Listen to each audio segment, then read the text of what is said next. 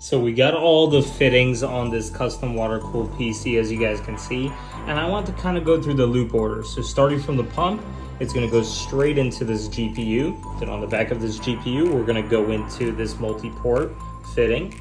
And from this multi-port fitting, we're going to go into the dual inlets of the Tri-Swift block. And from the outlet of the Tri-Swift block, we're going to go right into this rad. And from the rad, we're going to go right back into this reservoir to start the loop all over again. Let me know what you guys think about the loop order, and I'll see you guys in the next video.